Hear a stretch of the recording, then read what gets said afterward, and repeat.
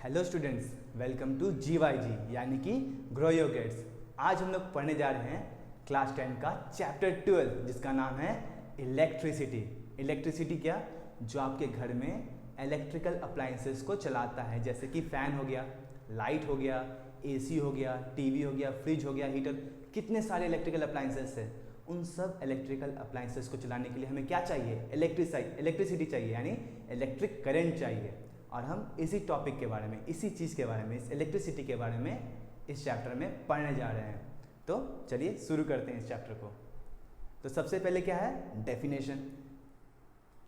Electric current होता क्या है, इसकी डेफिनेशन देख लेते हैं। Flow of charge. Electric current क्या होता है? Flow of charge. चार्ज कहने का क्या मतलब? आपने एटम्स पढ़ा होगा। दुनिया में जितनी भी चीज़ें हैं ना, वो सब एटम से बनी है। किससे बनी है? एटम से बनी है। और एटम्स किस चीज़ से बना है? वो बना है न्यूट्रॉन, प्रोटॉन और इलेक्ट्रॉन से। किससे बना है? न्यूट्रॉन, प्रोटॉन और इलेक्ट्रॉन से। जो न्यूट्रॉन होता है वो क्या होता है? न्यूट्रल होता है, उसमें कोई चार्ज नहीं होता है। जबकि जो प्रोटॉन होता है उसमें चार्ज होता है। कैसा चार्ज होता है? पॉजिटिव। और इलेक्ट्रॉन में निगेटिव चार्ज होता है। तो जो इलेक्ट्रिक करंट होता है वो क्या होता है? Flow of charge. चार्ज का फ्लो, यानी किसका फ्लो होगा? ये पॉजिटिव या निगेटिव चार्ज का फ्लो होगा, है ना। लेकिन क्या होता है इलेक्ट्रिक करंट? इलेक्ट्रॉन्स का फ्लो होता है। क्या होता है? इलेक्ट्रॉन्स का फ्लो होता है। वो टाइटली बाइंडेड नहीं होते हैं, इसलिए इलेक्ट्रॉन्स का फ्लो होता है क्या? Electric current. इसकी एक और डेफिनेशन को देख लेते हैं। A stream of electron. Electrons का आपने वाटर स्ट्रीम सुना होगा, उसी तरह इलेक्ट्रॉन्स का stream moving through a conductor. कोई कंडक्टर यानी क्या? कोई वायर, मेटेलिक वायर या कोई भी कंडक्टर ले लीजिए, इस टाइप का कंडक्टर होगा, ठीक है। उसके थ्रू इलेक्ट्रॉन्स का फ्लो, उसके थ्रू इलेक्ट्रॉन्स का मूवमेंट को हम लोग क्या बोलते हैं? इलेक्ट्रिक करंट बोलते हैं। मतलब कहने का क्या हुआ? अगर कोई इलेक्ट्रॉन है, ये सिंबल हो गया इलेक्ट्रॉन का, अगर ये मेटेलिक कंडक्टर से या किसी कंडक्टर से फ्लो कर जाता है, यानी मूव कर जाता है, तो इसे क्या बोलेंगे? क्या कंस्टिट्यूट किया? क्या हुआ? क्या मिला हमें? हमें मिला इलेक्ट्रिक करंट, ठीक है। अब आप सोचिएगा, इलेक्ट्रॉन निगेटिव होता है, लेकिन हम लोग तो जब स्विच सर्किट्स देखते हैं तो क्या दिखता है? एक गर्म एक ठंडा तार दिखता है। गर्म यानी पॉजिटिव, है ना, और ठंडा यानी निगेटिव। तो ये कैसे हुआ? ये क्या हो गया? ये तो कुछ नया ही है, कुछ उल्टा ही पढ़ने के लिए मिल रहा है। आपको उल्टा नहीं पढ़ने के लिए मिल रहा है, आपको थोड़ा अलग तरीके से पढ़ाया गया है, ठीक है। फ्लो करता है इलेक्ट्रॉन्स ही। जो मेटेलिक कंडक्टर होता है, जो वायर्स आपके घर में भी आ रहे हैं, उनमें फ्लो इलेक्ट्रॉन्स ही करते हैं, इलेक्ट्रॉन्स ही ड्रिफ्ट करते हैं। लेकिन जब हम लोग, क्या हुआ ना असलियत में, कि पहले इलेक्ट्रिसिटी को हम लोगों ने इन्वेंट कर दिया।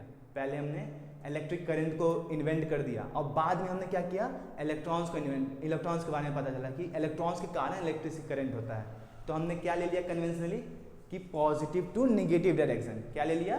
करंट का फ्लो ले लिया हमने पॉजिटिव टू निगेटिव डायरेक्शन। जबकि असलियत में जो रियलिटी होता है एटॉमिक लेवल पे, इलेक्ट्रॉन्स का मूवमेंट होता है, किधर से होगा? Negative to positive direction. Electrons का मूवमेंट कहाँ से होगा? Negative to positive direction. Electrons है, निगेटिव है, पॉजिटिव चार्ज की तरफ क्या होगी? अट्रैक्ट होगा। तो क्या हो गया? ये हो गया एक तरह का क्या है, थोड़ा मिसमैच हो गया है। ओरिजिनल जो डायरेक्शन हम लोग होता है इलेक्ट्रॉन्स का, उसके ठीक अपोजिट डायरेक्शन ले लेते हैं फिर से। लेकिन ये उतना इंपॉर्टेंट नहीं है। इंपॉर्टेंट क्या है? इसकी डेफिनेशन कि ये फ्लो ऑफ चार्ज है। क्या है electric current? Flow of charge है। और एक स्ट्रीम ऑफ इलेक्ट्रॉन्स होगा जो कंडक्टर के थ्रू मूव करेगा। वो क्या बनाएगा? क्या देगा हमें? इलेक्ट्रिक करंट देगा। जैसे कि कोई वायर है, उसके थ्रू अगर आप इलेक्ट्रॉन्स का स्ट्रीम को मूव करा देते हैं तो क्या मिल गया आपको? Electric current. अब जो चार्ज हमने पढ़ा था, पॉजिटिव निगेटिव, इसके बारे में थोड़ा और देखते हैं। क्या होता है electric charge? It is a physical property of a matter. दुनिया में जितने मटेरियल्स हैं, जितने भी ऑब्जेक्ट्स हैं, सब क्या चीज़ से बने थे? हम लोग पढ़े हैं पहले से भी, एटम से बने हैं। किससे बने हैं? एटम से। और एटम्स फिर वही न्यूट्रॉन, प्रोटॉन, इलेक्ट्रॉन। तो इलेक्ट्रॉन उसकी क्या होगा? एक तरह की फिजिकल प्रॉपर्टी, एक तरह की उसकी बेसिक प्रॉपर्टी होगी कि हाँ, कोई भी ऑब्जेक्ट है, कोई भी मैटर है, तो उसमें इलेक्ट्रॉन होगा ही होगा। तो क्या हो गया उसका? Physical property. उसके अंदर वो प्रॉपर्टी पहले से है, फिजिकल, ठीक है। चार्ज क्या हो सकता है, पॉजिटिव भी हो सकता है और निगेटिव भी हो सकता है ना। चार्ज क्या हो सकता है, पॉजिटिव यानी प्रोटॉन वाला देखा था हमने, और निगेटिव कैसे होगा, न्यूट्रॉन। हमने केमिस्ट्री में ये बात पढ़ रखा है, केमिस्ट्री के ये एटम्स जो चैप्टर रखा है, एटम्स न्यूक्लियाई, उसमें ये चीज़ पढ़ रखा है हमने। और हमने क्या पढ़ा है कि like charges repel each other, मतलब कहने का क्या हुआ, अगर पॉजिटिव पॉजिटिव ले लोगे तो एक दूसरे को रिपेल करेगा, दूर भागेगा, एक दूसरे से दूर जाएगा। जबकि पॉजिटिव निगेटिव या निगेटिव पॉजिटिव ले लोगे तो क्या करेगा, अट्रैक्ट करेगा, एक दूसरे के पास आएगा, अट्रैक्ट करेगा एक दूसरे को, ठीक है। और उसी तरह निगेटिव निगेटिव ले लिया तो लाइक चार्जेस हो गया, सेम टाइप का चार्ज हो गया, क्या होगा, रिपेल करेगा। और चार्ज का ऐसा यूनिट है कूलम, क्या है, कूलम, इसको C से डिनोट करते हैं। अब हमने इलेक्ट्रॉन, न्यूट्रॉन और प्रोटॉन पढ़ा, लेकिन हमें क्या काम है, इलेक्ट्रिक करंट के लिए इलेक्ट्रॉन्स के बारे में जानना है। तो इलेक्ट्रॉन्स में क्या था, चार्ज था, चार्ज कितना था इलेक्ट्रॉन में, ये भी जानना जरूरी है। तो क्या देखते हैं अब हम लोग, charge on one electron. Charge on one electron क्या है, E equal to -1.6 into 10⁻⁻19 coulomb. सोचिए कितना कम है, एक कूलम का 10⁻⁻19, वो भी निगेटिव। निगेटिव क्यों, निगेटिव इसलिए क्योंकि निगेटिव चार्ज है, इलेक्ट्रॉन क्या है, निगेटिवली चार्ज है ना, निगेटिवली चार्ज पार्टिकल, निगेटिवली है, निगेटिव चार्ज होता है इलेक्ट्रॉन्स पे। और क्या हो गया, -1.6 इंटू 10⁻⁻19 कूलम उस पर चार्ज होता है, एक इलेक्ट्रॉन पे इतना चार्ज होता है, ठीक है। अब एक कूलम कंस्टिट्यूट करने के लिए आपको क्या चाहिए था, एक कूलम चाहिए था चार्ज, एक कूलम चार्ज चाहिए। एक कूलम चार्ज के लिए आपको कितना इलेक्ट्रॉन चाहिए, ये कैसे पता करिएगा। तो साइंटिस्ट ने खोजा और बोला कि n का वैल्यू, जो नंबर ऑफ इलेक्ट्रॉन्स होना चाहिए एक कूलम चार्ज के लिए, वो होता है 6.25 इंटू 10⁻18, 10⁻18, 6.25 10⁻18। और ये कैसे निकाला पता है, इसको और इसको मल्टीप्लाई कर दीजिए, आपको 1 मिलेगा। इन दोनों को मल्टीप्लाई कर दीजिए, charge on one electron versus into number of electrons, ये जो निकला है 6.25 इंटू 10⁻18, दोनों का प्रोडक्ट लीजिएगा ना तो आपको मिलेगा 1, और 1 क्या, 1 कूलम। और उसी से फॉर्मूला हो गया क्या, total charge Q, net charge Q equal to total number of electrons, जितने इलेक्ट्रॉन्स थे उसमें हर एक इलेक्ट्रॉन्स का चार्ज मल्टीप्लाई कर दिया। जितने बच्चे हैं, मान लीजिए सब बच्चे के पास अगर 2-2 पेंसिल है तो सब बच्चों के पेंसिल कितना होंगे, टोटल बच्चा जितना हो, मान लीजिए 40 बच्चे हैं और सबके पास 2-2 पेंसिल हैं, तो टोटल पेंसिल्स कितनी हो गई, दोनों को मल्टीप्लाई कर देंगे 80। उसी तरह चार्ज कितना है, टोटल नंबर ऑफ इलेक्ट्रॉन्स कितना है और सबके पास चार्ज कितना है, नंबर ऑफ इलेक्ट्रॉन्स 6.25 इंटू 10⁻18, और चार्ज कितना था, -1.6 इंटू 10⁻⁻19। तो ये क्या होगा, ये 1 कूलम होगा, ठीक है। ये हो गया हमारा चार्ज के बारे में, जिससे आप इलेक्ट्रिक करंट होता है, जिसके कारण इलेक्ट्रिक करंट होता है, ठीक है। स्ट्रीम ऑफ इलेक्ट्रॉन, जो इलेक्ट्रॉन्स पे जो चार्ज होता है वो, और कितना चार्ज होगा, तो 1 कूलम, 1 कूलम इलेक्ट्रिक चार्ज की यूनिट हुई, ठीक है। अब हम लोग पढ़ेंगे करंट के बारे में। करंट होता क्या है, चार्ज हमने पढ़ा इलेक्ट्रॉन्स का स्ट्रीम होता है जो इलेक्ट्रिक करंट कंस्टिट्यूट करता है, लेकिन करंट का डेफिनेशन अगर फिजिक्स में देखा जाए तो कैसे इसको और कैसे कैसे डिफाइन किया गया है, चलिए देखते हैं।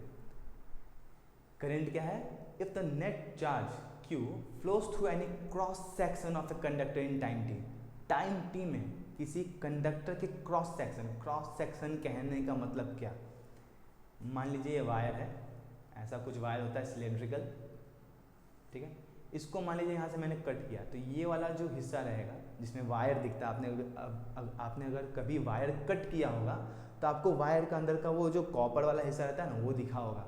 तो वो जो एरिया होता है, जो सर्कुलर दिखता है, जो सर्कल एरिया होता है, ये वाला एरिया, वो होता है क्रॉस सेक्शन एरिया।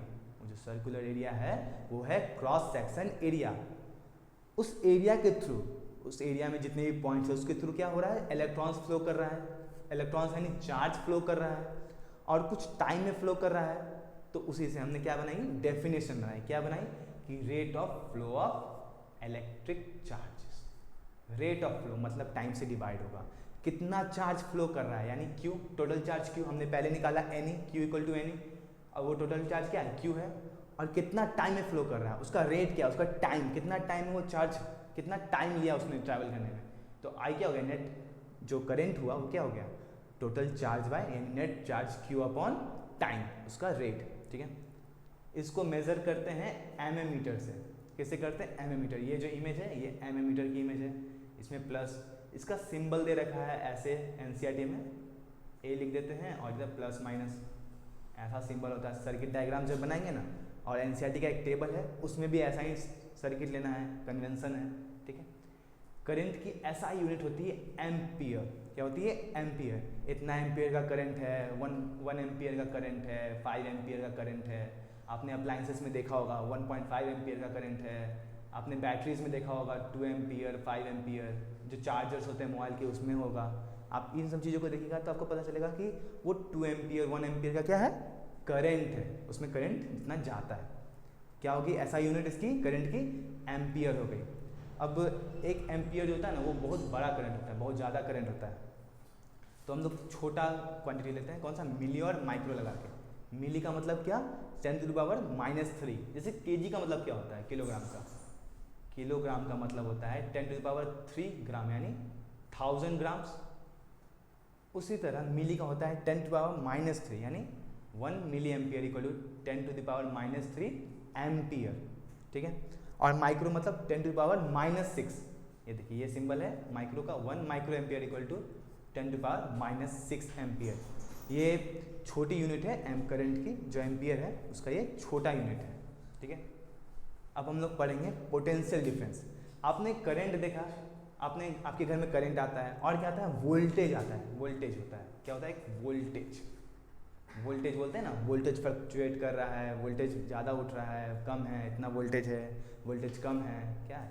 तो वही है, क्या है वोल्टेज? Potential difference. अब ये पोटेंशियल डिफरेंस होता क्या है फिजिक्स की भाषा में? इसके डेफिनेशन को देखते हैं। Work done to move a unit charge from one point to another. आपने वर्क एनर्जी पढ़ा है 9th क्लास में, उसी की तरह एक डेफिनेशन है फिजिक्स में इलेक्ट्रॉन्स के लिए, चार्ज के लिए, इलेक्ट्रिक करंट के लिए। क्या है? Work done to move a unit charge from one point to another. Potential difference वो वर्क है जो आप करते हैं, जो किया जाता है एक यूनिट चार्ज को एक पॉइंट से दूसरे पॉइंट पे ले जाने पे।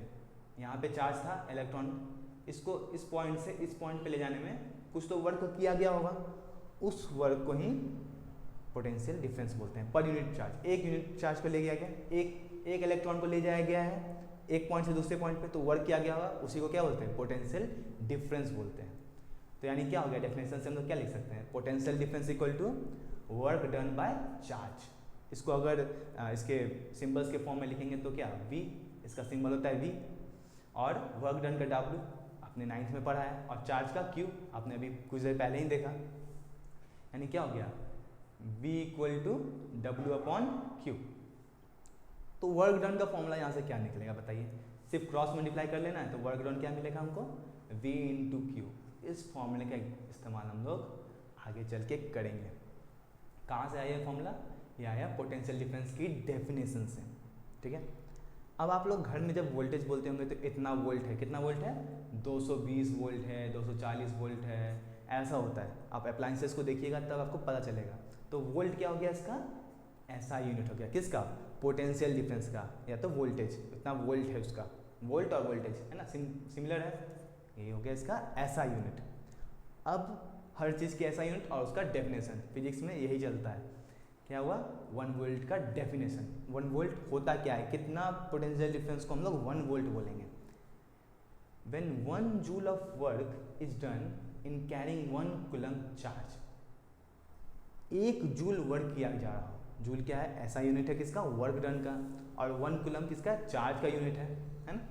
जब 1 जूल वर्क किया जा रहा हो, कितना जूल? 1 जूल वर्क किया जा रहा हो 1 कूलम चार्ज को मूव कराने के लिए, कैरी करने के लिए, तो उस पोटेंशियल डिफरेंस को हम लोग क्या बोलेंगे? 1 वोल्ट बोलेंगे। मतलब कहने का क्या हुआ? एक ये पॉइंट है, एक ये पॉइंट है, यहाँ से यहाँ तक जाया जा रहा है चार्ज को लेके, कोई चार्ज क्यू होगा, कितना कूलम? 1 कूलम चार्ज है। इसको यहाँ से, इस पॉइंट से, ए पॉइंट से बी पॉइंट पे ले जाने में कितना अमाउंट ऑफ वर्क करना पड़ेगा? 1 जूल। कितना जूल? 1 जूल। तब हम लोग क्या बोलेंगे? ए और बी का जो पोटेंशियल डिफरेंस है वो कितना है? 1 वोल्ट है। क्या बोलेंगे? ए और बी का पोटेंशियल डिफरेंस 1 वोल्ट है, ठीक है। 1 जूल वर्क किया गया और 1 कूलम चार्ज को ए पॉइंट से बी पॉइंट पे ले जाया गया, तब हमको क्या हो गया, वो 1 वोल्ट का पोटेंशियल डिफरेंस है, ठीक है, यानी वी क्या हो गया, 1 वोल्ट हो गया। पोटेंशियल डिफरेंस हम लोग मेंटेन कैसे करते हैं, पोटेंशियल डिफरेंस होता है बैटरी के कारण। बैटरी आपने देखा होगा ड्यूरासेल का, है ना, आपने ड्यूरासेल की बैटरी देखी होगी इस टाइप की। फिर आपने क्या पढ़ा है, और इसको मेज़र कैसे करते हैं, ये तो हो गया, ये कितना वोल्ट का, 1.5 वोल्ट का है ये बैटरी है। और भी 9 वोल्ट की बैटरी आती है, कितनी वोल्ट की, 9 वोल्ट की। और भी कार में और बड़ी बैटरी होगी, ट्रक में और बड़ी बैटरी, और बड़ी इन्वर्टर्स में और बड़ी बैटरी होती हैं, वो अलग अलग वोल्ट होती है। आप चेक कर सकते हैं, आप देख सकते हैं, आप थोड़ा इंक्वायरी कर सकते हैं कितनी वोल्ट की उनकी बैटरी है, चेक कर सकते हैं इंटरनेट पे भी आप, ठीक है। और पोटेंशियल डिफरेंस, आप करंट कैसे मेजर कर रहे थे, एमएमीटर से, तो पोटेंशियल डिफरेंस भी मेजर करने के लिए कोई डिवाइस होना चाहिए था आपके पास। पोटेंशियल डिफरेंस मेजर करने के लिए जो डिवाइस है उसका नाम है वोल्ट मीटर, ये है वोल्ट मीटर। इसको भी, इसका भी सिंबल एक दे रखा है, वी लिख के दोनों साइड से वायर निकाल दीजिए, प्लस माइनस, ये हो गया वोल्ट मीटर का डिफरेंस। ये डायग्राम, जब हम लोग इसका डायग्राम बनाएंगे सर्किट डायग्राम, तब इसका इस्तेमाल करेंगे, इस टाइप का डायग्राम का। एनसीईआरटी में एक टेबल दे रखा है, बहुत इंपॉर्टेंट है, बल्ब्स का अलग है, बल्ब का ऐसे है, और की है, प्लग की का है, ठीक है, ऐसे से जो टेबल दे रखा है वो इम्पॉर्टेंट है, उसको देख लीजिए। एनसीईआरटी का टेबल आप अच्छे से देख लीजिएगा, क्योंकि सर्किट डायग्राम जब बनाइएगा ना, अभी नहीं, 11th में भी 12th में भी, तब आपको वो टेबल ही देखना पड़ेगा, वो टेबल अच्छे से याद होना चाहिए। जो लिए गए हैं कन्वेंशंस, जो डायग्राम्स हम लोग अज्यूम किए हैं, वो सब स्टैंडर्ड है, ठीक ना, इसलिए उसे देखना इंपॉर्टेंट है। अभी नहीं, 11 12 तक वो चलेगा, इसलिए इंपॉर्टेंट है। अब एमएमीटर और वोल्ट मीटर हमने पढ़ लिया था। क्या किया, एमएमीटर ने करंट मेजर किया और वोल्ट मीटर ने पोटेंशियल डिफरेंस मेजर किया। तो होता क्या है एमएमीटर वोल्ट मीटर, डिवाइस तो ठीक है, इंस्ट्रूमेंट ठीक है, लेकिन कैसे लगाते हैं सर्किट में, क्या होता है, क्योंकि हमें तो सर्किट पढ़ना है। करंट आपके घर में आ रहा है पोल से फिर एमसीबी, वहाँ पे सर्किट है उसमें गया, फिर आपके घरों में गया, अप्लाइंसेस में गया, डिफरेंस अप्लाइंसेस में, ठीक है। तो वो सर्किट एक तरह का बनाता है गोल राउंड, फिर निकल के बाहर फिर वहीं जाता है पोल में ही। तो वो क्या होता है, कैसा होता है, उसमें एमएमीटर और वोल्ट मीटर तो नहीं लगा, लेकिन फिर भी हम लोग जब फिजिक्स में पढ़ेंगे तो कैसे मेज़र करेंगे करंट किसी सर्किट में, उसके लिए एमएमीटर और वोल्ट मीटर का इस्तेमाल करते हैं। तो एमएमीटर वोल्ट मीटर का डिफरेंस देख लेते हैं, और कैसे कनेक्ट करते हैं सीरीज में या पैरेलल में, कैसे कनेक्ट करते हैं सर्किट में, वो देख लेते हैं। तो सबसे पहले एमएमीटर का देखते हैं। एमएमीटर कौन, जो करंट मेजर करता है, किसमें, सर्किट में। एमएमीटर हैज़ लो रेजिस्टेंस, इसका रेजिस्टेंस क्या होता है, कम होता है। रेजिस्टेंस क्या होता है ये मैं आपको आगे पढ़ाऊंगा, लेकिन अगर इसका हिंदी में ट्रांसलेशन देखें ना, रेजिस्टेंस मतलब रेजिस्ट करना, विरोध करना। क्या होता है, विरोध करना, विरोध करना। रेजिस्टेंस मतलब होता है विरोध करना, रेजिस्ट कर रहा है, जाने नहीं दे रहा है हमको आगे, मेरे को रेजिस्ट कर रहा है, रेजिस्टेंस कर रहा है। क्या हो गया, इसका लो रेजिस्टेंस था, ये कम विरोध करता है। और इसे सीरीज में कनेक्ट करते हैं, क्यों, देखिए करंट कहाँ जा रहा है, करंट तो आपका वायर के थ्रू आ रहा है, तो उसको वायर में ही कनेक्ट कर देंगे। मान लीजिए ये सर्किट डायग्राम है, तो करंट मान लीजिए ये बैटरी है, ये क्या है, बैटरी, ये प्लग की है, प्लग की, और ये बल्ब है, बल्ब का ये सिंबल है, ये बल्ब है, और ये वायर है। इसमें आई करंट, आई क्या था, हम लोग करंट के लिए इस्तेमाल करते हैं आई, Q/T, ये आई है। बैटरी से क्या होगा, करंट निकलेगा, पोटेंशियल डिफरेंस बैटरी का होगा, ये देखिए प्लस पॉजिटिव साइड हो गया एक बैटरी का, एक होता है नेगेटिव साइड, ठीक है। उससे करंट आया, कहाँ गया, बल्ब में गया। तो जो करंट होगा वो किस में होगा, वायर में होगा। तो वायर का करंट मेजर करने के लिए हम लोग एमएमीटर को वायर के सीरीज में लगाते हैं। किस में लगाते हैं, सीरीज में लगाते हैं। अब क्यों लगाते हैं ये आपको तब तक नहीं पता चलेगा जब तक आप रेजिस्टेंस नहीं पढ़ लेते हैं।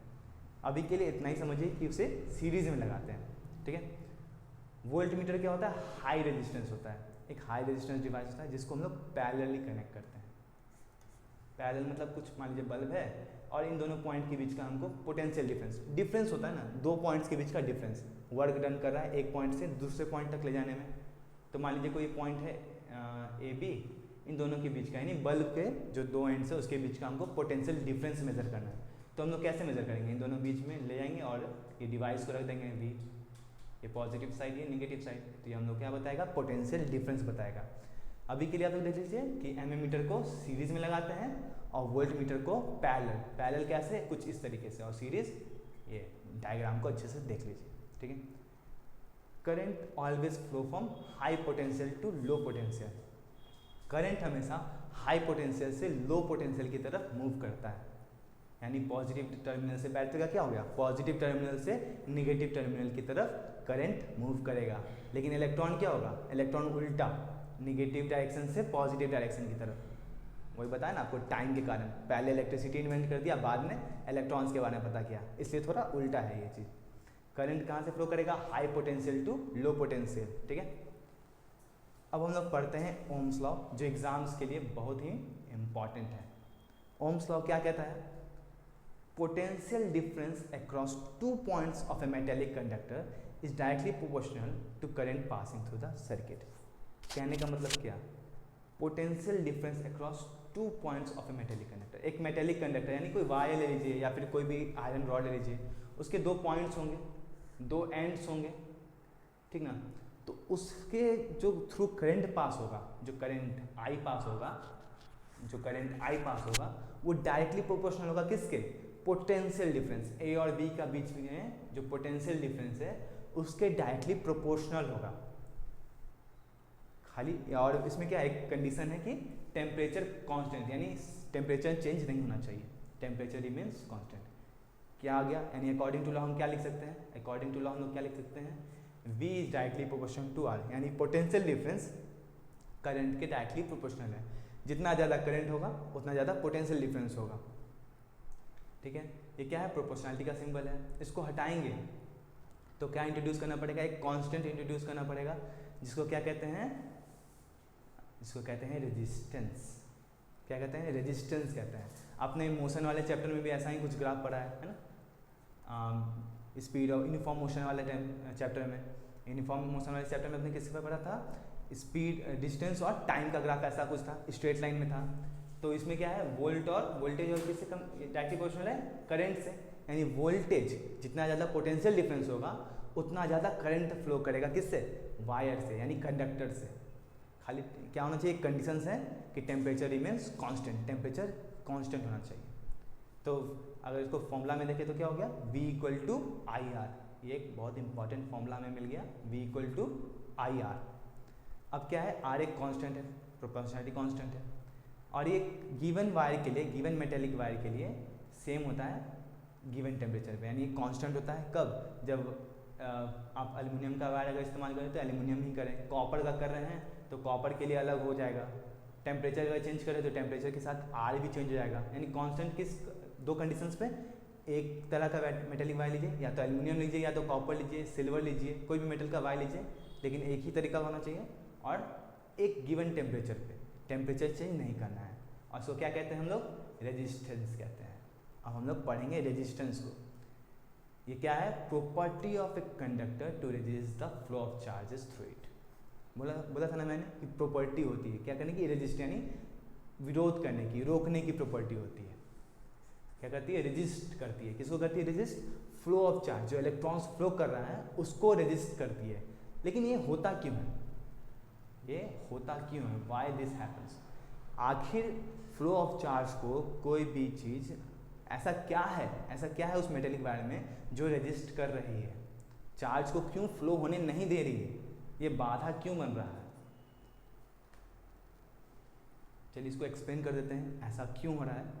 ऐसा हो रहा है, जो भी मैटर, आपको पता ना सारी चीज़ें मैटर होती हैं, और मैटर किसी से बना है, एटम से बना है, ऐसे एटम से बना है ना। तो जो इलेक्ट्रॉन्स हैं, इलेक्ट्रॉन से मान लीजिए कोई फ्री इलेक्ट्रॉन है यहाँ पे, तो उसको ये वाला अट्रैक्ट करेगा एटम, ऐसे ऐसे बहुत सारे एटम्स हैं, सब इसको अट्रैक्ट करेंगे, जिसके कारण ये स्लो हो जाता है, मूवमेंट इसका रेजिस्ट हो जाता है, उसको रोकता है। तो ये इसी कारण से मैटर एटॉमिक फोर्स के कारण, उस पर एटॉमिक फोर्स लगता है, जिसके कारण वो उसका फ्लो रेजिस्ट होता है, रुकता है, थोड़ा बाधा होती है उसमें। और इस प्रॉपर्टी को क्या हो गया, एक क्या हो गया, बेसिक प्रॉपर्टी हो गया मैटर का, कि हाँ होगा ही होगा, मैटर में ये प्रॉपर्टी होगा ही होगा। जो भी एटम्स होंगे ही मैटर में, अब मैटर में अगर एटम्स हैं तो उसको रेजिस्ट यानी इलेक्ट्रॉन्स को रोकेंगे ही, और रोकेंगे तो क्या होगा, फ्लो ऑफ चार्ज होगा, अच्छा से नहीं होगा, कंटिन्यूस नहीं होगा, कंटिन्यूस तो होगा लेकिन थोड़ा रेजिस्टेंस मिलेगा, और वही रेजिस्टेंस को हम लोग रेजिस्टेंस यानी फिजिक्स में आर रेजिस्टेंस पढ़ते हैं, जो फ्लो ऑफ चार्जेस को रेजिस्ट करता है, रोकता है, विरोध करता है। ठीक है, अब ओम्स लॉ के अनुसार से हम लोग कुछ डेफिनेशंस और देखेंगे, मतलब जो रेजिस्टेंस है वो क्या होता है उसको देखेंगे। तो ओम्स लॉ से हमें क्या मिला, V equal to I R मिला था, ठीक है। अगर हम लोग R को यहीं रखते तो V क्या हो, R क्या हो जाएगा, V equal V by I, R equal to V upon I हो जाएगा, I को साइड ले गया, ठीक है, डिवाइड कर दिया, यहाँ पे मिल गया हमें R equal to V upon I. तो क्या कहने का मतलब हुआ कि अगर 1 वोल्ट होता, यहीं पे देख लीजिए, मान लीजिए वोल्टेज अगर 1 वोल्ट होता उसकी ऐसा यूनिट 1 वोल्ट, और अगर करंट 1 एम्पियर होता तो रेजिस्टेंस कितना होता, रेजिस्टेंस भी 1 होता, और रेजिस्टेंस की जो ऐसा यूनिट है उसे हम लोग ओम बोलते हैं, क्या बोलते हैं, ओम, ये वाला ओम, प्रोनाउंस ऐसे करना है ओम, लेकिन लिखना है ऐसे ओम, या सिंबल में ऐसे घोड़े की नाल की तरह, ठीक है। अब इसकी डेफिनेशन को देख लीजिए, if the potential difference across two ends of a conductor, यानी दो कंडक्टर है, वायर है कोई, उसके दो एंड से ए और बी, उसके दोनों एंड पे अगर हम लोग 1 वोल्ट का पोटेंशियल डिफरेंस लगा रहे हैं, 1 वोल्ट का बैटरी से कनेक्ट किए हुए हैं, यानी अगर 1 वोल्ट का पोटेंशियल डिफरेंस लगा रहे हैं और उसके थ्रू 1 एम्पियर का करंट फ्लो कर रहा है, 1 एम्पियर का करंट फ्लो कर रहा है, तो उसका रेजिस्टेंस कितना होगा, रेजिस्टेंस होगा 1 ohm, 1 ohm equal to 1 volt by 1 ampere, ठीक है। यानी इस वायर जो ए बी वायर है, जो वायर का टुकड़ा ए बी है, उसका रेजिस्टेंस कितना हो गया, उसका रेजिस्टेंस का वैल्यू 1 ओम हो गया, ठीक है। अब जो इलेक्ट्रिक सर्किट्स होते हैं जो हम लोग फिजिक्स लैब्स में यूज़ करते हैं ना, उसमें हम लोग रेजिस्टेंस, वेरिएबल रेजिस्टेंस का इस्तेमाल करते हैं। अब 1 ओम है, मान लीजिए हमें दूसरा एक्सपेरिमेंट करना है, उसमें 2 ओम का चाहिए, 2 ओम का रेजिस्टेंस चाहिए, 5 ओम्स का चाहिए, 10 ओम्स का चाहिए, तो क्या करेंगे, उसके लिए हम लोग वेरिएबल रेजिस्टेंस इस्तेमाल करते हैं, ठीक है। वेरिएबल रेजिस्टेंस हम करते हैं जिसका हम लोग खुद से अपने चाहे मन मुताबिक अपना उसका रेजिस्टेंस चेंज कर सकते हैं, 1 कर सकते हैं, 2, 5, जितना अपना अपनी इच्छा के अनुसार उसे चेंज कर सकते हैं। उसका सिंबल है, रेजिस्टेंस का कुछ ऐसा होता है, और वेरिएबल रेजिस्टेंस का एक बस एरो मार दिया जाता है इसमें, ठीक है। ये सिंबल्स है, आपको एनसीईआरटी का टेबल एक बार देखना पड़ेगा ताकि आपको ये सिंबल्स अच्छे से याद हो जाए। इसे रियोस्टेट भी कहते हैं, जब इसे सर्किट में इस्तेमाल करते हैं। ये क्या करता है, रेजिस्टेंस चेंज करता है, किसका, सर्किट का रेजिस्टेंस चेंज करने में यूज़ किया जाता है। सर्किट का रेजिस्टेंस कभी कम कर दीजिए, कभी ज़्यादा कर दीजिए अपने हिसाब से, ताकि करंट और वोल्टेज को आप चेंज कर सकें, वोल्टेज नहीं तो करंट कम से कम चेंज कर सकें, या फिर किसी एक क्वांटिटी को आप चेंज कर सकें, ठीक है।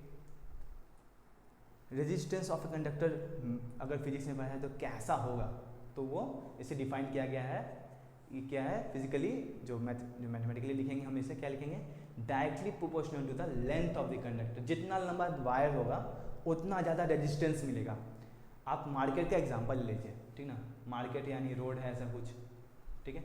अगर आप यहाँ पे खड़े हैं और मार्केट का रोड बहुत लंबा है, सब में भीड़ है, तो आपको ज़्यादा टाइम लगेगा, आपको ज़्यादा रेजिस्टेंस मिलेगा, है ना। तो क्या हो गया, जितना ज़्यादा लंबा रास्ता उतना ज़्यादा भीड़, उतना ज़्यादा क्या हो गया, टाइम लगेगा, उतना ज़्यादा आपको रेजिस्टेंस मिलेगा, तो डायरेक्टली प्रोपोर्शनल। मान लीजिए रास्ता थोड़ा चौड़ा होता है, बहुत चौड़ा होता है, ठीक ना, एरिया ज़्यादा होता है, ये एरिया ज़्यादा होता है, तो भीड़ क्या होती, बढ़ जाती। जितना ज़्यादा एरिया होगा उतना कम आपको रेजिस्टेंस, उतना कम आपको भीड़ मिलेगा, तो क्या हो गया, R inversely proportional to area. मतलब कहने का क्या, इन रेजिस्टेंस जो होगा वो इनवर्सली प्रोपोर्शनल होगा area of cross section. Area of cross section बढ़ गया, एरिया ज़्यादा हो गया, मार्केट में भी आपको ज़्यादा जगह मिल गया, तो आप क्या होगा, फ्री मूव करेंगे, रेजिस्टेंस कम मिलेगा, क्या हो गया, इन्वर्स का relation, area of cross section से इन्वर्सली रिलेटेड। और नेचर ऑफ मटेरियल, कि मटेरियल कैसा है, रेजिस्टेंस ज़्यादा है मटेरियल का, वो आगे पढ़ेंगे, लेकिन अगर एग्जांपल्स में समझना हो तो समझ लीजिए कि नेचर क्या है मार्केट का। मार्केट का नेचर है कि अभी कोई फेस्टिवल चल रहा है, तो फेस्टिवल में मार्केट में ज़्यादा भीड़ होगी, ज़्यादा लोग खड़े होंगे, रेजिस्टेंस ज़्यादा होगा। अगर मार्केट में लोग कम हैं, फेस्टिवल नहीं है, नेचर दूसरा हो गया, तो कम भीड़ होगी तो ज़्यादा कम रेजिस्टेंस हो जाएगा, ठीक। तो उससे क्या हो गया, उससे भी वो डायरेक्टली रिलेटेड होता है। एंड नेचर ऑफ मटेरियल से भी वो डायरेक्ट रिलेशन होता है रेजिस्टेंस का, ठीक है। अब नेचर ऑफ मटेरियल को कैसे डिफाइन करेंगे वो हम लोग आगे देखते हैं। तो क्या हो गया पहला स्टेटमेंट से, R is directly proportional to L, यानी जितना लंबा रास्ता उतना ज़्यादा रेजिस्टेंस, जितना ज़्यादा वायर का लेंथ उतना ज़्यादा resistance. R inversely proportional to area, जितना ज़्यादा क्रॉस सेक्शन एरिया हो, क्रॉस सेक्शन एरिया मतलब वायर का ये वाला एरिया, जो सिलेंडर टाइप का वायर होता है इसका ये वाला एरिया, ओपर सरफेस वो वाला एरिया, जिसको आप कट करने पे जो आपको सरफेस दिखता है वो वाला एरिया, ये हो गया क्रॉस सेक्शन एरिया। इसके क्या हो गया, इन्वर्सली रिलेटेड, जितना मोटा वायर होगा उतना कम रेजिस्टेंस मिलेगा। और क्या, तो ये एल है, तो आर क्या हो गया, इन दोनों को कंबाइन करेंगे तो क्या मिलेगा, R directly proportional to L upon A. अब प्रोपोर्शनैलिटी का हटाएंगे सिंबल तो क्या लाएंगे, कांस्टेंट लाएंगे जिसको क्या बोलते हैं, रो। रो कुछ इस तरीका होता है, रो पी होता है, थोड़ा टेढ़ा कर दिया जाता है, तो ये हो गया रो का सिंबल, रो। ठीक है, रो क्या होता है, constant of proportionality, proportionality constant है, इसको इंट्रोड्यूस किया जाता है। तो फॉर्मूला में क्या मिल गया, R equal to rho L upon A, R equal to rho यानी रेजिस्टिविटी, इसको रेजिस्टिविटी बोलते हैं, into length of the wire, wire कितना लंबा है, upon area of the cross section, जो क्रॉस कितना मोटा वायर है वो। ठीक है, इसको क्या कहते हैं, इलेक्ट्रिकल रेजिस्टिविटी, किसको, रो को। और इसकी एसआई यूनिट क्या होती है, ओम मीटर होती है, इसकी एसआई यूनिट होती है ओम मीटर। कैसे होती है अभी आपको दिखा देता हूँ। हमें फॉर्मूला क्या मिला, R equal to rho L upon A. हमने रेजिस्टेंस का एसआई यूनिट क्या पढ़ा, ओम पढ़ा, कुछ टाइप का, रो करने देते हैं, इसकी तो ऐसा यूनिट हमें पता नहीं अभी। लेंथ का ऐसा यूनिट क्या होता है, मीटर, और एरिया का metre, metre square, metre into metre, दो साइडों का एरिया निकालने के लिए। तो क्या होगा, ठीक है, अब हम लोग रो निकालेंगे तो क्या हो जाएगा, रो मीटर स्क्वायर, सॉरी ओम मीटर स्क्वायर अपॉन मीटर, क्या लिख सकते हैं, ओम मीटर लिख सकते हैं, इसको ओम मीटर लिख सकते हैं ना। तो क्या हो गया, यूनिट ऑफ रेजिस्टिविटी, ऐसा यूनिट क्या हो गया, ओम मीटर हो गया। ये क्या है, कैरेक्टरिस्टिक प्रॉपर्टी है, क्या है, characteristic property of the material. Material change, ये प्रॉपर्टी यानी ये जो यूनिट है, जो नहीं यूनिट नहीं, जो रो है, जो रेजिस्टिविटी वो चेंज। अगर आप कॉपर का ले रहे हैं तो दूसरा रेजिस्टिविटी होगा, कोई एलवाई ले लिए, कोई आयरन ले लिया तो उसका दूसरा रेजिस्टिविटी होगा। क्यों होगा, आपको मैंने पहले बताया, एटम्स के अट्रैक्शन के कारण। जो मैटर है वो एटम से बना है, और एटम्स में अट्रैक्शन हो रहा है, एक दूसरे को इलेक्ट्रॉन को खींच रहा है, तो उसके कारण ये होता है, क्या होता है, रेजिस्टिविटी होता है, और ये कैरेक्टरिस्टिक प्रॉपर्टी है मटेरियल का। ठीक है, अब हम लोग पढ़ेंगे रेजिस्टिविटी के बारे में। क्या है, प्रॉपर्टी है, कैसी प्रॉपर्टी, कैरेक्टरिस्टिक प्रॉपर्टी, फंडामेंटल होगा ही होगा ऑब्जेक्ट में। हाँ, कुछ सुपर कंडक्टर्स नाम की चीज़ होती है, सुपर कंडक्टर्स, जिसमें नहीं होती है, नाम आता है, लेकिन ये अभी इन्वेंशन है, न्यू है, इनके बारे में अभी हम लोग को नहीं पढ़ना है। ठीक है, रेजिस्टिविटी क्या होता है, प्रॉपर्टी ऑफ द मटेरियल होता है। ठीक है, that resist the flow of electric current. Electric current का फ्लो मतलब चार्ज का फ्लो, चार्ज के फ्लो को क्या करती है, रेजिस्ट करती है, विरोध करती है। ठीक है, ये कांस्टेंट होता है किसी भी मटेरियल के लिए, लोहा का कुछ होगा तो कॉपर का कुछ और होगा, लेकिन कांस्टेंट होगा, एक गिवन टेम्परेचर पे ये कांस्टेंट होगा, चेंज नहीं करेगा। ठीक है, सिल्वर का बहुत कम होता है रेजिस्टिविटी, इसलिए इंपॉर्टेंट है, एग्जाम्स में पूछ दिया जाता है। सिल्वर का कितना होता है, 1.6 इंटू 10⁻⁸ ओम मीटर। ओम मीटर हमने पहले ही निकाला, कैसे होता है, किसका यूनिट है, ऐसा यूनिट रेजिस्टिविटी का, इलेक्ट्रिकल रेजिस्टिविटी का। मेटल्स का रेजिस्टिविटी का रेंज होता है, एलॉयज का 10⁻⁸ टू 10⁻⁶ ओम मीटर, बहुत कम है। 10⁻⁸ कहने का मतलब क्या, 1/10⁸, यानी कि 1/10, कुछ इस टाइप का, कुछ इस टाइप का, नहीं कुछ इस टाइप का, और ज़्यादा 8 जीरोस। सोचिए इतना कम होता है, बहुत कम हो गया है ना, इतनी कम रेजिस्टिविटी होती है मेटल्स की, तब हम लोग उसका इस्तेमाल करते हैं अपने घरों में। ये रेंज इंपॉर्टेंट एग्जाम्स के लिए, इसे देख लीजिए। और नॉन मेटल्स जो इंसुलेटर्स हैं, उनकी रेजिस्टिविटी का रेंज होता है 10⁻12। देखिए कितना ज़्यादा रेजिस्टिविटी है, इसलिए तो हम लोग को बोला जाता है ग्लव्स का इस्तेमाल करो, या जो प्लायर्स होते हैं उसमें प्लास्टिक लगा रहता है। इंसुलेटर्स हैं जिससे करंट नहीं आता। आपका जो वायर है घर में, उसको भी प्लास्टिक से कवर किया रहता है। इंसुलेटर्स होता है, उसका रेजिस्टिविटी हाई होता है, इसलिए वो इंसुलेटर्स होता है, और वो नॉन मेटल्स ही बोल सकते हैं। और इसका रेजिस्टिविटी कितना होता है, 10⁻12 से 10⁻17 ओम मीटर। कॉपर और एल्युमिनियम का इस्तेमाल करते हैं हम लोग इलेक्ट्रिकल ट्रांसमिशन के लिए। अपने घरों में देखा ही होगा कि आपके घर में कॉपर या एल्युमिनियम का यूज़ किया गया है, क्योंकि उसकी रेजिस्टिविटी लो होती है। और एलॉयज का इस्तेमाल करते हैं हम लोग कहाँ, हीटिंग डिवाइसेस में। हीटिंग डिवाइसेस मतलब कौन से डिवाइसेस, आपके घर में हीटर हुआ या फिर जो ब्लोअर होता है, उसमें इस्तेमाल करते हैं एलॉयज का। क्यों, क्योंकि ये जल्दी बर्न आउट नहीं होते, जल्दी ऑक्सीडाइज नहीं होते हैं, यानी जो मेटल्स होगा ना वो जल जाएगा, गल जाएगा, लेकिन ये जो एलॉयज होते हैं इनकी रेजिस्टिविटी हाई होती है, ये जल्दी बर्न नहीं करते हैं। ठीक है, ठीक है, यहाँ तक हमने रेजिस्टिविटी पढ़ लिया। अब हम लोग पढ़ेंगे रजिस्टर्स के बारे में। रजिस्टर्स क्या, जो रेजिस्टिविटी प्रोड्यूस करते हो, क्या करते हो, रेजिस्टिविटी देते हो। क्या है रजिस्टर? रजिस्टर एक इलेक्ट्रिकल कंपोनेंट है दैट लिमिट्स और रेगुलेट द इलेक्ट्रिक करंट, जो इलेक्ट्रिक करंट को रेगुलेट कर। आखिर रजिस्टर करता क्या है? रेजिस्टेंस पैदा करता है। रेजिस्टेंस पैदा करने का मतलब क्या, कि जो फ्लो ऑफ इलेक्ट्रॉन्स है उसको रेजिस्ट कर रहा है, यानी करंट जो फ्लो कर रहा है, जो इलेक्ट्रिक करंट फ्लो कर रहा है सर्किट में, उसको लिमिट कर सकता है कि नहीं? तो क्या हो गया, रेजिस्टेंस एक इलेक्ट्रिकल कंपोनेंट हो गया। क्या हो गया? इलेक्ट्रिकल कंपोनेंट हो गया, जो लिमिट करता है, रेगुलेट करता है इलेक्ट्रिकल करंट को। और जो रजिस्टर होता है ना, वो कुछ भी हो सकता है। आपके घर में जो टीवी है, एसी है, फैंस है, सब कुछ क्या है, सब रजिस्टर्स ही हैं। सब करंट के रास्ते में क्या है, एक तरह का बाधा है। सब उसको रेजिस्ट ही, करंट को क्या करते हैं, रेजिस्ट ही करता है। Electricity can't travel easily, electricity उसके थ्रू इजीली ट्रैवल नहीं कर पाता। ठीक है, फैन हो गया, एसी हो गया, लाइट बल्ब हो गया, सब कुछ सबके थ्रू इजीली ट्रैवल नहीं कर पाता। वो सब क्या है, रजिस्टर्स है। क्या है? रजिस्टर्स है। आगे का ये जो दो टॉपिक है ना, इक्विवेलेंट रेजिस्टेंस और जो है वाला टॉपिक है सीरीज और पैरेलल कॉम्बिनेशन वाला, ये बहुत इंपॉर्टेंट है। अभी पढ़ लीजिए, फिर 9th में पढ़ लिया, आपने 10th में पढ़ लिया, फिर 12th में आपको दोबारा पढ़ने के लिए मिलेगा। बोर्ड्स में एग्जाम से पूछ दिया जाता है, और इस पर बहुत सारे न्यूमेरिकल्स हैं जो आपको मैं बाद में करवाऊंगा। ठीक है, तो सबसे पहले देख लेते हैं सीरीज रेजिस्टेंस। सीरीज मतलब क्या, एक के पीछे एक खड़ा हो जाना, सीरीज हो जाना। लाइन में आप तो खड़ा होते हैं, एक के पीछे एक, एक के पीछे एक। उसी तरह सीरीज को, रेजिस्टेंस को क्या किया गया, रजिस्टर्स को एक के पीछे एक, इस तरह से कुछ सर्किट डायग्राम आप देख रहे हैं, एक के पीछे एक की, पहला रेजिस्टेंस यहाँ, दूसरा यहाँ, तीसरा यहाँ लगा दिया गया। ये क्या हो गया, सीरीज अरेंजमेंट हो गया। कौन सा अरेंजमेंट हो गया, सीरीज अरेंजमेंट, ऐसे लगा दिया गया। ठीक है, अब क्या करना है कि इसका जो इक्विवेलेंट रेजिस्टेंस, ये तो लगा दिया गया 3 रेजिस्टेंस, लेकिन सर्किट में कितना रेजिस्टेंस पैदा होगा, कितना टोटल रेजिस्टेंस, नेट रेजिस्टेंस कितना होगा, इक्विवेलेंट रेजिस्टेंस कितना होगा, इसको कैसे कैलकुलेट करेंगे in case of series resistance. वो कैसे पता चलेगा कि सर्किट में करंट को कितना रेजिस्टेंस मिल रहा है, उसके लिए हम लोग डेरिवेशन करेंगे। डेरिवेशन क्या, सिंपल सा एक्सपेरिमेंट किए और उसे डेरिवेशन कर दिए, उससे सिर्फ फॉर्मूलाज निकाल लिए। Equivalent resistance of several resistance, जितने रेजिस्टेंस रखने हैं रख लीजिए, R1 R2 3 रखा है हमने। In series is equal to the sum of their individual resistance.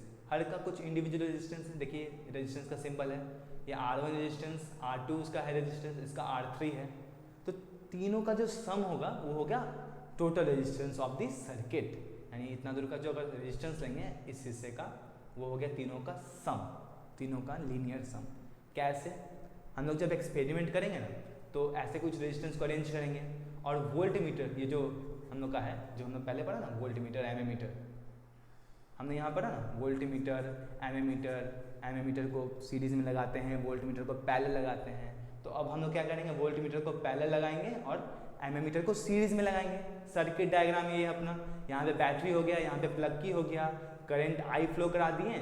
ठीक है, पोटेंशियल डिफरेंस मान लीजिए V है बैटरी का, यहाँ पे एम मीटर लगा दिए, यहाँ पे वोल्ट मीटर। वोल्ट मीटर क्या करेंगे ना, पहले टुकड़ों में लगाएंगे, इस दोनों पॉइंट के बीच में एक लगा दिए हैं, ये वाला नहीं है अभी, ये वाला वोल्ट मीटर नहीं है। ठीक है, फिर यहाँ पे एक दूसरा वोल्ट मीटर लगा दिए, यहाँ पे तीसरा वोल्ट मीटर लगा दिए हैं। तो तीनों क्या होगा ना, अलग अलग वोल्टेज देगा, और तीनों का जो सम होगा ना, वो नेट वोल्टेज यानी नेट पोटेंशियल डिफरेंस, जो बैटरी, आखिर पोटेंशियल डिफरेंस बना कौन रहा है, रेजिस्टेंस के अक्रॉस पोटेंशियल डिफरेंस कौन क्रिएट कर रहा है, कौन क्रिएट कर रहा है, बैटरी क्रिएट कर रहा है। उसका जो टोटल, जो नेट पोटेंशियल डिफरेंस होगा, वही पोटेंशियल डिफरेंस जो होगा वो बढ़ जाएगा रेजिस्टेंस जब सीरीज में लगेगा। क्या होगा, अब हम लोग एक्सपेरिमेंट करेंगे तब पता चलेगा कि इतना इक्वल होता है। ये V1 हो गया मान लीजिए, यहाँ V1 है, ये V2 है, V3 है, तीनों का जो सम होगा वो V के इक्वल होगा। ये एक्सपेरिमेंट से पता चला हमें, तो क्या लिख दिया हमने, V equal to V1 plus V2 plus V3। जो रेजिस्टेंस है उसका R1 है, R2 R3 ऐसे रेजिस्टेंस है। मान लीजिए नेट रेजिस्टेंस R है और करंट कितना फ्लो करा रहे हैं, I, तो I करंट यहाँ भी फ्लो करेगा, रेजिस्टेंस में भी ऐसे ऐसे ऊपर नीचे जाएगा और वही फ्लो करेगा, इधर भी I, इसमें से भी I, यानी तीनों रेजिस्टेंस से कितना फ्लो कर रहा है, I ही करंट फ्लो करेगा। ठीक है, same amount of current flow करेगा, करंट तो बटा नहीं, वोल्टेज बढ़ गया। ठीक है, क्या बढ़ गया हमारा, वोल्टेज बढ़ गया। तो वोल्टेज बढ़ गया तो हम लोग क्या लिख सकते हैं कि IR equal to I R equal to I R one, I R two, I R three. Ohm's law से ये फॉर्मूला है हमारा V equal to I R, है ना। तो जो V1 होगा, जो इसके अक्रॉस वोल्टेज है V1, वो कितना होगा, इसके थ्रू जो करंट होगा I, और R1 रेजिस्टेंस है, V1 equal to I1 R1, V2 क्या हो जाएगा I R2, करंट तो सेम है ना, और V3 क्या हो जाएगा उसी तरह से I R3। ठीक है, ये बात समझ में आई। ओम्स लॉ से आया है फॉर्मूला, ठीक है, इसको सिर्फ सब्स्टिट्यूट किया गया है। अब I है सब में कॉमन, I को कॉमन ले लेंगे, जैसे कि इस तरीके से कुछ I R1 plus R2 plus R3, ठीक है, I cancel, R equal to क्या मिल गया हमें R1 plus R2 plus R3। ये क्या हो गया, टोटल इक्विवेलेंट रेजिस्टेंस हो गया। कब, जब रेजिस्टर्स को सीरीज में लगाएंगे, एक के पीछे एक लगाएंगे। ठीक है, इस पे न्यूमेरिकल्स सिंपल ही है, तीनों रेजिस्टेंस को जोड़ देना है। लेकिन जो अगला पढ़ाने वाला हूँ, जो पैरेलल कॉम्बिनेशन है, उसमें बच्चे कंफ्यूज हो जाते हैं। कैसे कंफ्यूज होते हैं, चलिए उसे देख लेते हैं। A set of resistors connected in parallel, parallel मतलब एक उसको कनेक्ट किया, उसके पैरेलली दूसरा। जिसकी एग्जांपल आप डायग्राम में देख लीजिए, R1 लिया, एक पॉइंट से 3 कनेक्शंस ले लिए, तीनों में R1 R2 R3 अलग अलग रेजिस्टेंस जोड़ के फिर उसको सेम पॉइंट एक B पॉइंट पे जोड़ दिया। क्या होगा इसमें, करंट मान लीजिए I आ रहा था, I क्या होगा, बढ़ जाएगा, इधर I1 जाएगा, I2 जाएगा, I3 जाएगा, है ना। और ये क्या होगा, जुड़ के फिर यहाँ भी I1 I2 और I3 आएगा, और सब जुड़ के फिर क्या बना देगा I, देखिए I बना रहा है ना। ये हो गया करंट का फ्लो।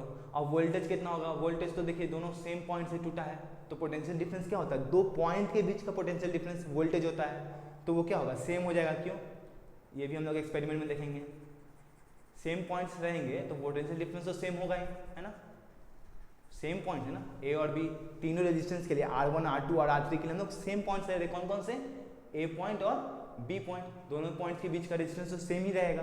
तो V क्या हो गया यहाँ पे, कांस्टेंट हो गया। V कौन सा हो गया, बैटरी का पोटेंशियल, ठीक है। और करंट क्या हो गया, बढ़ गया I1 I2 I3 में, इसमें I1, इसमें I2 और इसमें I3। तो टोटल जो नेट करंट होगा वो क्या होगा, I जो बैटरी से आ रहा है वो कितना होगा, I1 plus I2 plus I3, और V इक्वल टू कितना है, IR है। I इक्वल टू क्या हो गया, V अपॉन R, क्या हो गया, V अपॉन R। सिर्फ इसको डिवीजन में लिया है R को। अब इसको सब्स्टिट्यूट करेंगे, I1 क्या होगा, V1 बाय R1, वोल्टेज तो सेम है, पोटेंशियल सेम है, रेजिस्टेंस डिफरेंट है, जिसके कारण करंट डिफर कर रहा है, तो V बाय R1। I2 क्या हो जाएगा, V बाय R2, R3 हो जाएगा V बाय I3 R3। अब इसको हम क्या करेंगे, जो फर्स्ट इक्वेशन था ये वाला, इसमें सब्स्टिट्यूट करेंगे, इधर का उठा के उधर रखेंगे, एक एक करके सब्स्टिट्यूट किया। V by R equal to क्या हो जाएगा, V by R1 V by R2 plus V by R3 का सम। पोटेंशियल V है, सब कैंसिल हो जाएगा। या फिर आप ऐसे देख लीजिए, V अपॉन R था ना, V ले लिया common, 1 by R1 plus 1 by R2 plus 1 by R3, तो ये क्या हो गया, कैंसिल हो गया। 1 by R equal to 1 by R1 plus 1 by R2 plus 1 by R3। Formula तो सबको याद हो जाएगा, लेकिन बच्चे गलती कर देते हैं। कहाँ, सब कुछ करेंगे, 1 बाय R इक्वल टू सब जोड़ देंगे, R1 प्लस R2 जोड़ देंगे, ठीक है। जोड़ने के बाद जो जो आएगा वो लिख देंगे, और उसको 1 बाय में ही रहने देंगे और लिख देंगे हाँ इतना रेजिस्टेंस है। ऐसा नहीं होता, उसको इन्वर्स, देखिए नीचे ना R, इसको फिर R इक्विवेलेंट निकालने के लिए, R पैरेलल निकालने के लिए इसको फिर इन्वर्स यानी उल्टा करना पड़ता है। अब बच्चे यही नहीं करते हैं एग्जाम्स में, उनका मार्क्स कट जाता है, ठीक है। आप एग्जाम्स में ध्यान दीजिएगा कि आपने RP निकाला है या नहीं, कि आपने 1 बाय RP निकाल के तो नहीं छोड़ दिया, 1 बाय RP निकाल के नहीं छोड़ना, आपको RP निकालना है कि कितना ओम हुआ टोटल रेजिस्टेंस सर्किट का, जब पैरेलल कनेक्शन में जो रजिस्टर्स है उसको कनेक्ट किए तब, ठीक है। इसमें भी बहुत सारे न्यूमेरिकल्स हैं, बहुत सारे फॉर्मूलाज हैं जो मैथ्स में आपने पढ़े हैं, उसका एप्लीकेशन है। तो इसका न्यूमेरिकल्स जब हम लोग बनाएंगे तब हमें बहुत मज़ा आएगा, क्योंकि हम लोग कुछ नई चीज़ों को सीखेंगे, ठीक है। और अभी के लिए इतना ही। अब एडवांटेज देखते हैं कि जो पैरेलल कॉम्बिनेशन है उसका एडवांटेज क्या है ओवर सीरीज कॉम्बिनेशन। दो ही कॉम्बिनेशन है, एक सीरीज है और एक क्या है, पैरेलल है। तो पैरेलल ज़्यादा अच्छा है। क्यों अच्छा है, देख लेते हैं। In series, when one resistor fails, the circuit is broken and no component works. Series है, सीरीज डायग्राम कौन सा, फिर से देखते हैं। इस टाइप का है, एक के पीछे एक वाला, है ना। अगर मान लीजिए सीरीज में खड़ा है कोई, ऐसे रेजिस्टेंस है रेजिस्टेंस है रेजिस्टेंस है, ठीक ना। अब मान लीजिए यहाँ से ये टूट गया, ये यहाँ से काम नहीं कर रहा है, तो करंट आगे जाएगा? करंट क्या आगे जाएगा? नहीं जाएगा। उसको तो वायर चाहिए जाने के लिए आगे, कोई मीडियम चाहिए, तो नहीं जा पाएगा। सर्किट क्या होगा? ब्रेक कर जाएगा। और कोई आगे का कोई भी सामान क्या होगा? काम नहीं करेगा। आगे कोई भी रजिस्टर, क्या कोई भी अप्लायंस आपका हो गया, लाइट बल्ब, टीवी, कुछ भी, कोई भी ऑब्जेक्ट काम नहीं करेगा, कोई भी इलेक्ट्रिकल अप्लायंस काम नहीं करेगा। इसलिए रजिस्टर को सीरीज हम लोग कॉम्बिनेशन इस्तेमाल नहीं करते हैं। हम लोग क्या इस्तेमाल करते हैं? पैरेलल कॉम्बिनेशन, ठीक है। एक टूट गया रजिस्टर तो बाकी सब इस्तेमाल करने के लायक नहीं रहेगा, मतलब यूज़ नहीं कर पाएंगे, करंट ही नहीं जाएगा आगे। डिफरेंट अप्लायंसेस को डिफरेंट करंट चाहिए। आपके पंखे को कम चाहिए, एसी को ज़्यादा चाहिए, है ना। तो डिफरेंट अप्लायंसेस को डिफरेंट करंट चाहिए। और ये सीरीज कॉम्बिनेशन में होगा नहीं, क्योंकि सीरीज में क्या होता है? सबको सेम करंट दे रहा है, जबकि पैरेलल में डिफरेंट करंट दे रहा है। जितना रेजिस्टेंस है उसके हिसाब से उसको करंट देता है। और इसलिए जो डिफरेंट अप्लायंसेस के लिए हम लोग पैरेलल कॉम्बिनेशन इस्तेमाल करते हैं, ताकि सबको डिफरेंट करंट मिल सके। और जो टोटल रेजिस्टेंस है, जितना ज़्यादा रेजिस्टेंस होगा ना, तो उसके ये नेगेटिव चीज़ क्या है रेजिस्टेंस का ना, कि हीटिंग ज़्यादा होती है, अप्लायंसेस ज़्यादा गर्म हो जाते हैं। आपने पंखा को देखा होगा, वो गर्म हो जाता है, बल्ब गर्म हो जाता है, रेजिस्टेंस के कारण होता है। हीट उसमें डिसिपेट होता है, हीट निकलता है, ठीक ना। तो रेजिस्टेंस कम अगर होगा तो हीट कम निकलेगा, एनर्जी का लॉस कम होगा। तो टोटल रेजिस्टेंस क्या होता है? पैरेलल कॉम्बिनेशन में कम होता है as compare to series combination. और ये बात हमें कब पता चलेगी? जब हम लोग न्यूमेरिकल्स बनाएंगे। न्यूमेरिकल्स बनाएंगे, सेम रेजिस्टेंस लेंगे 2-3 और उनको सीरीज में कंबाइन करेंगे, सीरीज कॉम्बिनेशन में अरेंज करेंगे, फिर पैरेलल कॉम्बिनेशन में देखेंगे, टोटल रेजिस्टेंस निकालेंगे कितना हो रहा है। तब हमको पता चलेगा क्या, कि पैरेलल में कम होता है रेजिस्टेंस, सेम रेजिस्टेंस इस्तेमाल करने पे, in comparison to series combination, ठीक है। ये हो गया advantages of parallel combination over series combination. अब हम लोग पढ़ेंगे heating effect of electric current. Current है तो उससे हीट प्रोड्यूस हो रहा है। लाइट बल्ब है आपके घर में, अगर 100 वाट वाला बल्ब देखा होगा आपने, वो पीला वाला, तो वो देखा होगा कि बहुत गर्म हो जाता है। आपके घर में हीटर होगा या ब्लोअर होगा, तो उससे भी क्या हो रहा है? इलेक्ट्रिसिटी का इस्तेमाल क्या कर रहे हैं आप लोग? हीटिंग में कर रहे हैं। तो वो क्या है? Heating effect of electric current. Electric current का यूज़ करके आप हीटिंग इफेक्ट यानी ऊष्मा, हीट प्रोड्यूस कर सकते हैं, ठीक है। अब क्या है ये? If the conductor is purely resistive, यानी क्या? बैटरी के साथ सिर्फ और सिर्फ आपने रेजिस्टेंस जोड़ा है। अभी तो आप सिर्फ रेजिस्टेंस पढ़ रहे हैं, अभी आप सिर्फ रेजिस्टेंस पढ़ रहे हैं, आगे आप कैपेसिटर वगैरह भी पढ़ेंगे, फिर इंडक्टर वगैरह पढ़ेंगे, तो वो सब एक बात की चीज़ें हैं, आगे पढ़िएगा। लेकिन अभी क्या है? रेजिस्टेंस, यानी सिर्फ उसमें रजिस्टर है, ठीक है। प्योरली रेजिस्टिव कहने का मतलब क्या हुआ? कि सर्किट जो है, जो सर्किट है इस तरह का, इसमें बैटरी है, की है, लेकिन क्या है? सिर्फ एक रजिस्टर है, या फिर एक रजिस्टर है, रजिस्टर से सिर्फ बल्ब है या कुछ रजिस्टर है, कोई अप्लायंसेस, सिर्फ रजिस्टर से, कैपेसिटेंस वगैरह कुछ नहीं, purely resistive. The source of energy continuously get dissipated in the form of heat. जो एनर्जी का सोर्स है, यानी बैटरी से क्या आ रहा है? एनर्जी आ रहा है, वर्क हो रहा है। वर्क क्या होता है? एनर्जी होता है ना, आपने पढ़ा ना, potential difference equal to work done per unit charge, याद है।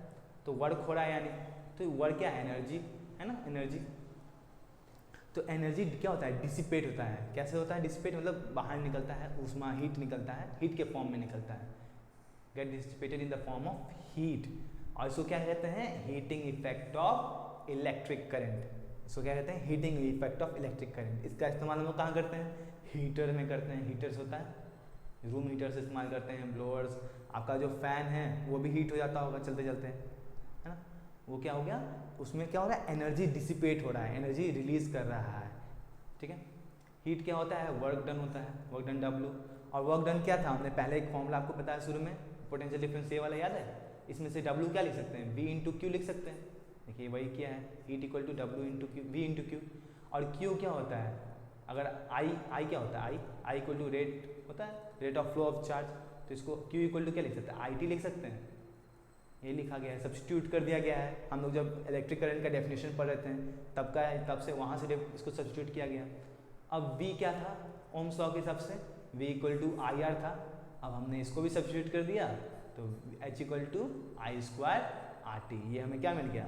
ये हमें मिल गया फॉर्मूला। क्या मिल गया हमें? फॉर्मूला मिल गया, H equal to I square RT। क्या हो गया, हीटिंग इफेक्ट। कितना हीट प्रोड्यूस कर रहा है वो क्या होगा, आई स्क्वायर। कितना करंट उससे फ्लो कर रहा है, उसमें रेजिस्टेंस कितना है और कितना टाइम के लिए फ्लो कर रहा है। ठीक है, टाइम। यानी अगर ज़्यादा करंट फ्लो कर रहा है, ज़्यादा फ्लो कर रहा है तो हीट भी ज़्यादा जनरेट होगा। रेजिस्टेंस अगर ज़्यादा है, रेजिस्टेंस ज़्यादा है, रेजिस्टिविटी ज़्यादा है, लेंथ ज़्यादा है ना, याद है R equal to rho L upon A था। अगर रेजिस्टेंस ज़्यादा है यानी रो ज़्यादा है, एल ज़्यादा है, तो क्या होगा, ज़्यादा हीट प्रोड्यूस होगा। अगर टाइम, ज़्यादा टाइम के लिए, बहुत देर तक आपने पंखा चलाया तो क्या हो गया, हीट कर गया। बहुत देर तक टीवी चलाया, टीवी हीट कर गया। क्या है, heating effect of electric current का एक तरह का एग्जाम्पल्स। ठीक है, अब हम लोग पढ़ेंगे joules law of heating. Joule ने एक लॉ दिया हीटिंग का कि हीटिंग जो होती है वो कैसे रिलेटेड होती है। यही वाला जो फॉर्मूला पढ़ा ना हमने, आई स्क्वायर आर टी, इसको जूल्स लॉ ही बोलते हैं, लेकिन उसको देख लेते हैं डेफिनेशन के फॉर्म में।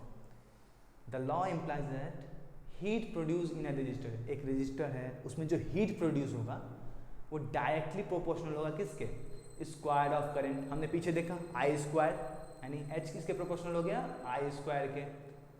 Directly proportional to the resistance for a given current. Current अगर सही है तो रेजिस्टेंस से डायरेक्टली प्रोपोर्शनल। अगर करंट कांस्टेंट कर देंगे तो रेजिस्टेंस और टाइम से रिलेटेड होगा। टाइम और करंट दोनों कांस्टेंट कर देंगे तो फिर करंट, टाइम और करंट कर दिया तो रेजिस्टेंस से सिर्फ रिलेटेड होगा। वही है कि अगर जितना ज़्यादा रेजिस्टेंस उतना ज़्यादा हीट, जितना ज़्यादा करंट उतना ज़्यादा हीट, जितना ज़्यादा टाइम उतना ज़्यादा हीट। ठीक है, तो H क्या हो गया, directly proportional to I square. H directly proportional to R और H directly proportional to T। जितना ज़्यादा करंट उतना ज़्यादा हीट, जितना ज़्यादा रेजिस्टेंस उतना ज़्यादा हीट, और जितना ज़्यादा टाइम, जितना देर आप पंखा चलाया, जितना देर आपने टीवी चलाया, ज़्यादा चलाइएगा तो ज़्यादा हीट करेगा। क्या हो गया formula, H equal to I square R T. हमने इसे पीछे भी डिराइव किया, किससे, heating effect of electric current से। किससे, किस फॉर्मूला से, वर्क वाले फॉर्मूला से, कि वर्क होता है, पोटेंशियल डिफरेंस होता है ना, वहाँ से ड्राइव किया हमने, है ना। अब हम लोग किसे ड्राइव, और फिर इधर क्या किया, जूल्स लॉ ऑफ हीटिंग से भी सेम फॉर्मूला हमने ड्राइव कर लिया। ठीक है, ये दोनों फॉर्मूला इस एग्जाम के लिए इंपॉर्टेंट है। दोनों फॉर्मूला क्या, एक ही फॉर्मूला है लेकिन दो अलग अलग तरीके से हमने पढ़ा इसे। आई स्क्वायर आर टी वर्क के फॉर्मूला से इस्तेमाल किया, और एक जूल्स लॉ ऑफ हीटिंग से सीधे आया हमारे पास। अब हम लोग पढ़ेंगे एप्लीकेशन ऑफ हीटिंग इफेक्ट। अभी तक हमने एप्लीकेशन तो देख ही लिया है, चलिए एक बार फिर से पढ़ लेते हैं।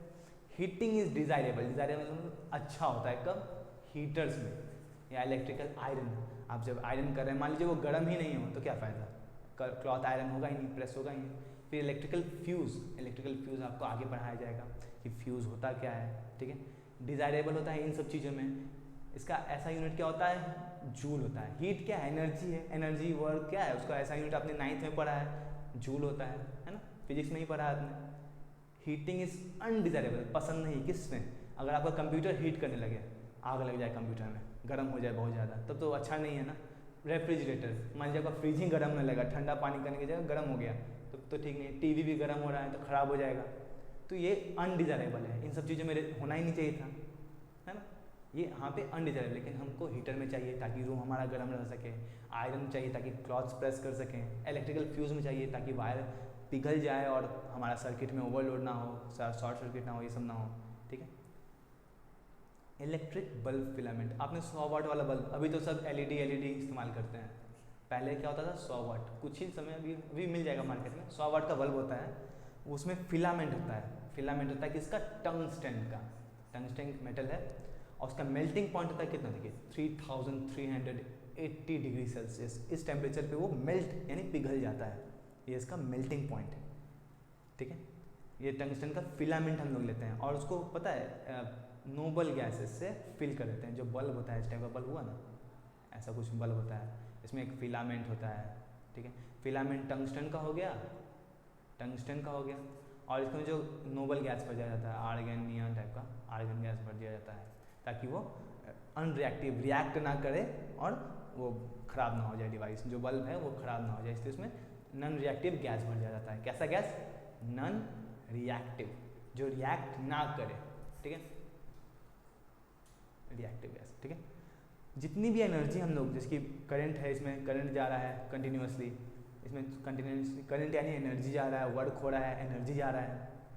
तो जो ज़्यादा एनर्जी है ना, उससे वो हीट प्रोड्यूस करता था, ज़्यादा से हीट। देखते थे 100 वाट का बल्ब बहुत गर्म हो जाता है, क्यों? क्योंकि उसका ज़्यादा एनर्जी हीटिंग में जा रहा है और लाइट बहुत कम देता है एलईडी के मुकाबले। और स्मॉल पार्ट इस्तेमाल होता है किसमें? लाइट में।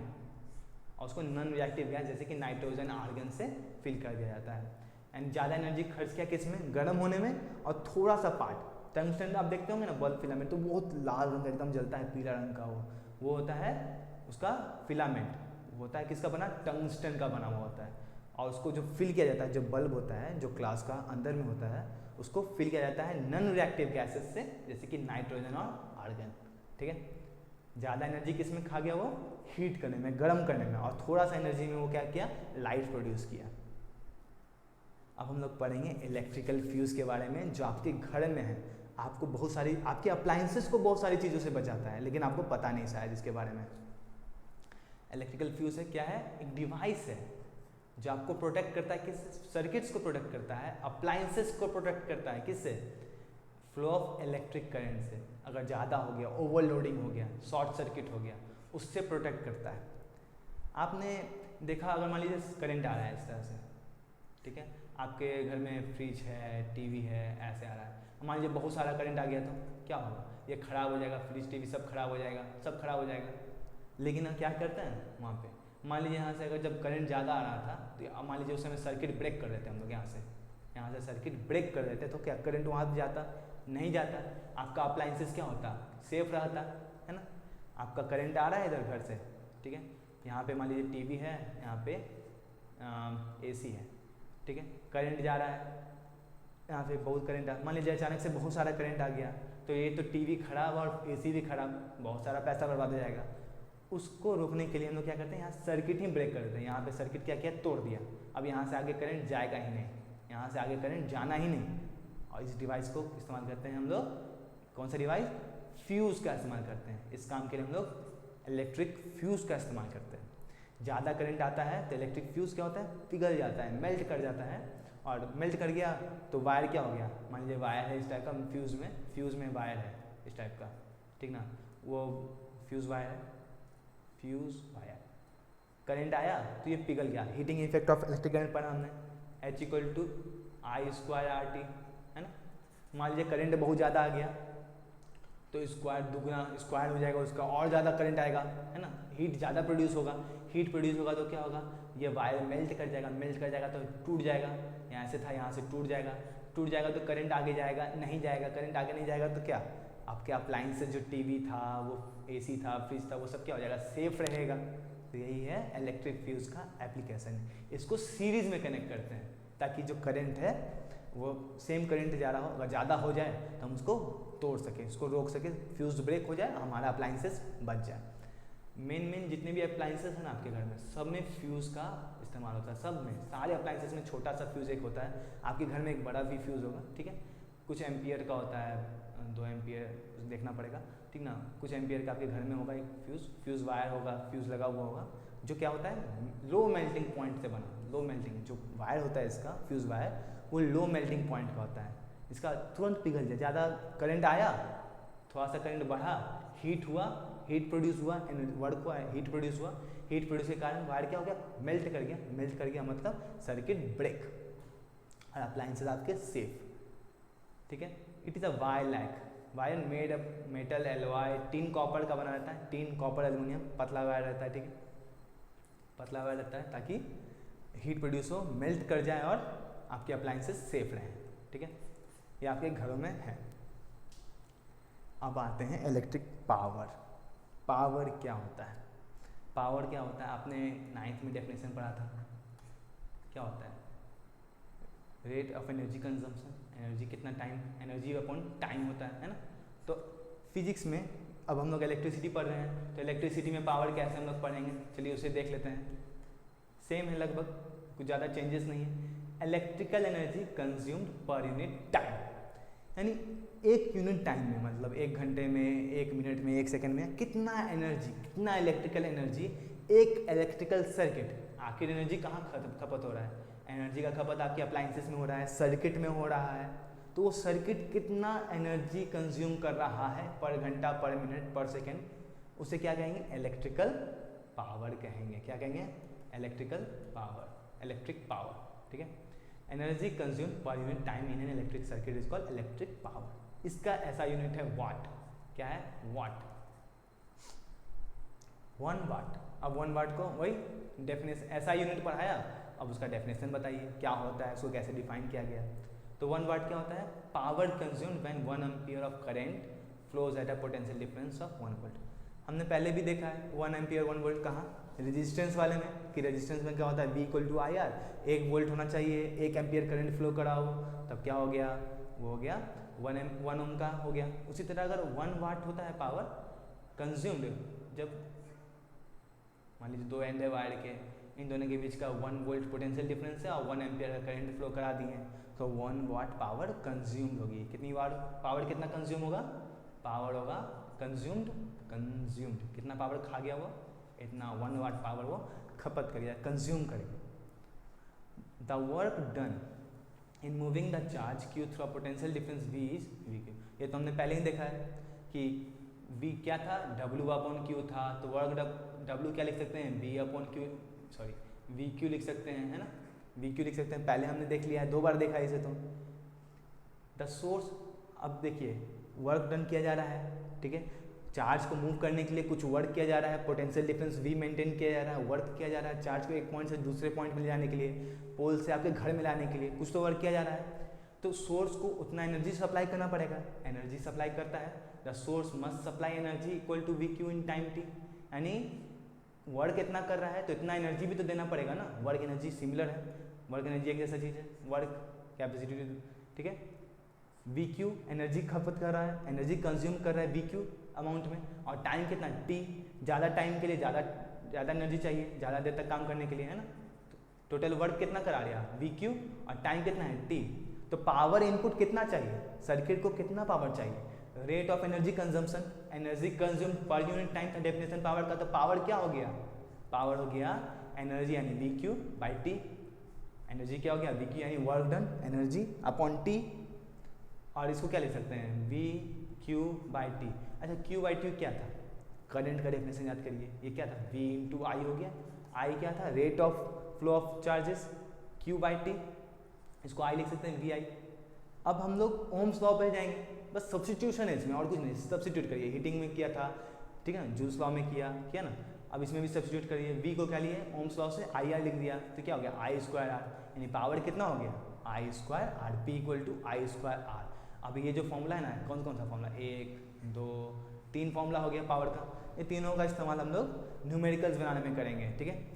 NCERT में न्यूमेरिकल्स दिए हुए इस टाइप के, आप उसको बनाइए ताकि आपको फॉर्मूला भी याद हो जाए, कैसे अप्लाई करना है, यूनिट्स कैसे कैसे लेनी है, यूनिट्स लेनी है कैसे लेनी है, वो लिखना कैसे है वो पता चल जाए, ठीक है। न्यूमेरिकल्स बनाइए, आपका डाउट्स होंगे और आप हमसे पूछ भी सकते हैं डाउट्स, ठीक है, डाउट क्लासेस में। और ये है सबसे इम्पॉर्टेंट टॉपिक, छोटा सा टॉपिक लेकिन टीचर्स का फेवरेट टॉपिक है ये। टीचर्स का फेवरेट टॉपिक है कौन सा? Commercial unit of electric energy, unit है commercial unit of electrical energy. यानी जो इलेक्ट्रिकल एनर्जी है हम लोग घर में जो आ रहा है उसको किस यूनिट में मापते हैं? उसको मापते हैं हम लोग किलोवाट आवर में। The commercial unit of electrical energy is kilowatt hour. आपको मैंने जब माइक्रो एम्पियर और मिली एम्पियर पढ़ा रहा था तब आपको बताया था ना मैंने, किलो क्या होता है? 10⁻³ होता है किलो, है ना, यानी 1000 ग्राम। 1 किलोग्राम इक्वल टू क्या होता है? 1000 ग्राम होता है ना। उसी तरह किलोवाट अगर लेते हैं तो क्या हो गया? 1000, ठीक है। वाट ले लेते हैं, 1 वाट हो गया क्या? पावर कंज्यूम होता है वाट क्या है? पावर का है, पीछे देख लीजिए। ऐसा यूनिट ऑफ पावर क्या है? वाट है ना, यहाँ पे देख लीजिए। ऐसा यूनिट ऑफ वाट क्या है? पावर क्या है? वाट है। 1 वाट हो गया। मान लीजिए 1 किलोवाट होता है, यानी 1 किलोवाट होता तो क्या लिखते हैं? 1000 वाट लिखते हैं, है ना। और मान लीजिए आवर लगा रहे हैं, आवर क्या होता है? इसमें 60 मिनट होते हैं और हर मिनट में 60 सेकेंड, यानी टोटल कितना हो गया? 3600 सेकेंड्स। जो एनर्जी कंज्यूम हो रहा है वो कंटिन्यूस होना चाहिए, हर सेकेंड पे आपको एनर्जी मिलना चाहिए, तब ना आपके जो इलेक्ट्रिकल अप्लायंसेस हैं वो काम कर पाएंगे। तो अगर 1 किलोवाट आवर लिखते हैं, कितना घंटा आपने एनर्जी इस्तेमाल किया, ये हो गया कमर्शियल यूनिट हो गया। तो क्या हो गया? 1000 वाट ठीक है, इनटू आवर है, आवर को कैसे लिख सकते हैं 33,600 सेकेंड, तो इतना हो गया आपका वाट। इतना वाट आपको 1 घंटा में आप यूज़ करिएगा, ठीक है। 1 किलोवाट इतना होता है। अगर आपका अप्लायंस 1 वाट का है, ठीक है, 1 किलोवाट का है, तो 1 घंटे में आप इतना यूनिट इस्तेमाल करिएगा, इतना वाट आप इस्तेमाल करिएगा एनर्जी, ठीक है। तो ये क्या हो गया टोटल, इसको क्या लिख सकते हैं, इसको टोटल लिख सकते हैं 1 किलोवाट इक्वल टू 36, देखिए 2 जीरो था, 3 जीरो था, 3 और 2 5 जीरो हो गया, और 36 मल्टीप्लाई करने पे 10, 100, 1000, 10,000, लाख, 10 लाख, यानी 36 लाख जूल। जूल क्या है, एनर्जी क्या है, इलेक्ट्रिकल एनर्जी, एनर्जी का यूनिट है। जूल क्या है, एनर्जी का यूनिट है, सॉरी किलो वाट, वाट और आवर भी आ गया, टाइम भी लग गया ना, पावर के साथ मल्टीप्लाई हो गया क्या, पावर इक्वल टू क्या था, एनर्जी बाय टाइम। अब पावर में टाइम से मल्टीप्लाई कर देंगे तो एनर्जी आएगा। टाइम क्या था यहाँ पे, आवर में था, तो ये क्या हो गया, जूल हो गया, है ना, ये जूल हो गया, मिस्टेक हो गया था, ये जूल हो गया, ठीक है, ये हो गया जूल, ठीक है, यानी 36 लाख जूल, यानी 3.6 इंटू 10⁻6 जूल, ये हो गया इसका commercial unit of electrical energy. यानी 1 किलोवाट आवर होता कितना जूल है, कितना joule equal to 1 kilowatt hour. ये एग्जाम्स में बार बार पूछते हैं टीचर्स, एग्जाम्स में ये वाला जो है ना, ये बार बार पूछते हैं आपको, 2 मार्क्स का क्वेश्चन में, 1 मार्क्स का क्वेश्चन में ये पूछ दिया जाता है, तो ये बहुत इंपॉर्टेंट है, ठीक है। अच्छे से इसको समझ लीजिए, फिर समझा देंगे। अगर आपको डाउट होगा तो आप डाउट क्लासेस में इसको दोबारा पूछ सकते हैं, ठीक है, क्योंकि ये बहुत इंपॉर्टेंट सवाल है, टीचर्स का फेवरेट है ऊपर से। और चैप्टर यहाँ पे एंड होता है, और आपसे रिक्वेस्ट है कि आप एक बार एनसीईआरटी पढ़ लीजिए, एनसीईआरटी पढ़ लीजिए। उसमें क्योंकि बहुत सारे अच्छे अच्छे सवाल दे रखे हैं, एग्जाम्पल्स दे रखे हैं, एप्लीकेशंस दे रखे हैं, जो कुछ बॉक्सेस दे रखे हैं, बॉक्सेस में भी बहुत सारी चीज़ें हैं जो आपको आपसे क्वेश्चंस अराइज करने के लिए, आपकी क्यूरियोसिटी को बढ़ाने के लिए दिए गए हैं। उन्हें पढ़िए, उनको समझिए, और जानने की कोशिश करिए कि हमें ऐसा क्यों दिया गया है, ऐसा क्यों होता है। नहीं समझ में आता है, आपको कोई डाउट आता है, तो आप हमसे पूछिए, न्यूमेरिकल्स बनाइए, एनसीईआरटी का न्यूमेरिकल्स बनाइए, क्योंकि एग्जाम्स में आपसे न्यूमेरिकल्स पूछे जाएंगे, और आप नहीं बना पाइएगा, आप सिली मिस्टेक करिएगा, छोटा सा मिस्टेक करिएगा, और छोटा सा मिस्टेक के कारण आपका जो ये रैंक 1 का ट्रॉफी है ना, ये रैंक 1 का ट्रॉफी आपसे छूट जाएगा। तो आपको वो सिली मिस्टेक नहीं करना है, आपको पूरा न्यूमेरिकल अच्छे से बनाना है, एक भी सिली मिस्टेक नहीं होना चाहिए एग्जाम्स में, मार्क्स फुल होने चाहिए, है ना, टॉप करना है हमें फुल लाना है, हमें अपना पूरा देना है, अपना बेस्ट देना है, ठीक है। बाकी तो टॉप कर ही जाएंगे अगर फुल दिया तो हमने, है ना, अपना बेस्ट देना है, और ये ट्रॉफी अपने आपको देनी है, ठीक है। और क्यूरियस भी रहना है, जानना भी है कि हाँ ऐसा क्यों हो रहा है।